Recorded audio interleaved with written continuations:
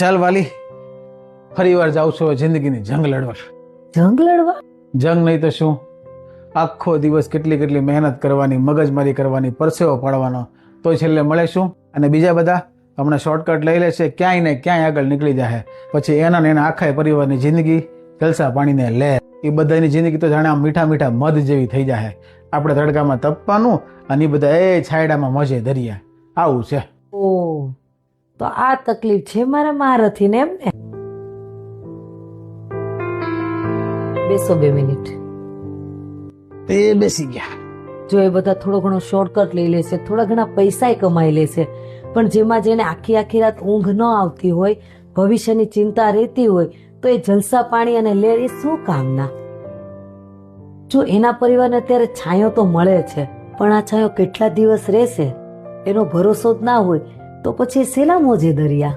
અને હા મારા મહારથી, આ જિંદગી છે ને મીઠી મીઠી નહીં પણ ખાટી મીઠી હોવી જોઈએ.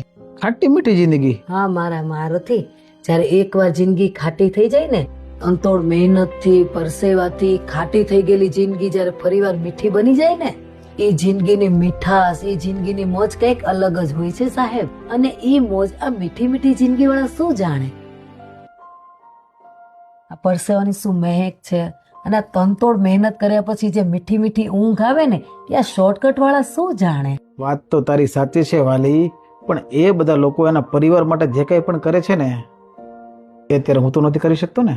દિવાળીમાં એ બધા મોંઘા મોંઘા કપડાં ખરીદશે, શૂઝ ખરીદશે, અરે શાકભાજી ખરીદતો એમ તો સોનું ખરીદે. આખો પરિવાર ભેગા મળી અને વિદેશ ફરવા વહી જશે.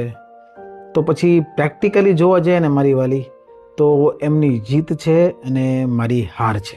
એની જીત છે કે નહીં એ તો મને નથી ખબર, પણ તમારી હાર તો નથી જ.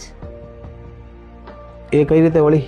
એ રીતે મહારથીજી, તમે તનતોડ મહેનત કર્યા પછી તમારી બધી જ કમાણી તમારા પરિવાર પાછળ ખર્ચી નાખો છો ને, એ જ તમારી જીત છે.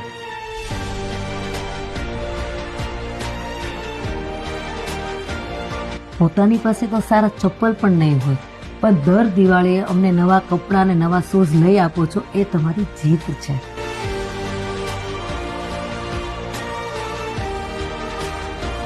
કબીરની સ્કૂલની ફીસ આપણને પોસાય એમ નથી, છતાંય ગમે એમ કરીને તમે ટાઈમ ટુ ટાઈમ એમની ફી ભરી દો છો, એ જ તમારી જીત છે.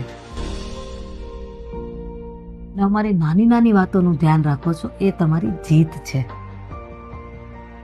અને તમારા જ ખિસ્સામાંથી મેં જે કટકી કરી કરીને સોનાનો ચેન કરાવ્યો છે ને, એ જ તમારી જીત છે.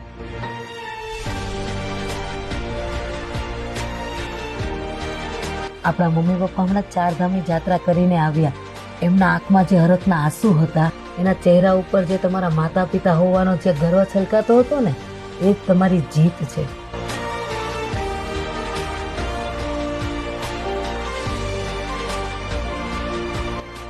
અને હું આવું લિસ્ટ ગણાવવા બેસીશ ને તો રાત પડી જશે. ને આજે તમારે રજા નથી મહારથીજી, જવાનું છે જંગ લડવા. જંગ લડવા નહીં, જીતવા. જીતવા. અને આજે રસોઈમાં શું છે? તમારું ફેવરેટ ખીર. હા. તો હું ફટાફટ જઈને આવું છું, આવો. જંગ જીતીને. હા.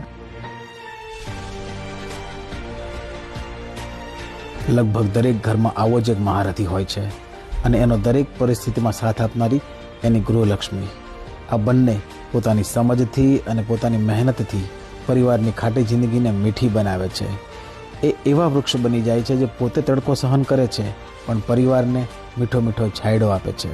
પારુવણ ગુરુ વંદન કરે છે આ તમામ મહારથીઓને અને તમામ ગૃહલક્ષ્મીઓને. તમારા ઘરના મહારથી અને ગૃહલક્ષ્મી કોણ છે એ ખાસ કમેન્ટમાં લખજો, અને આ વિડીયો બધાને શેર કરજો.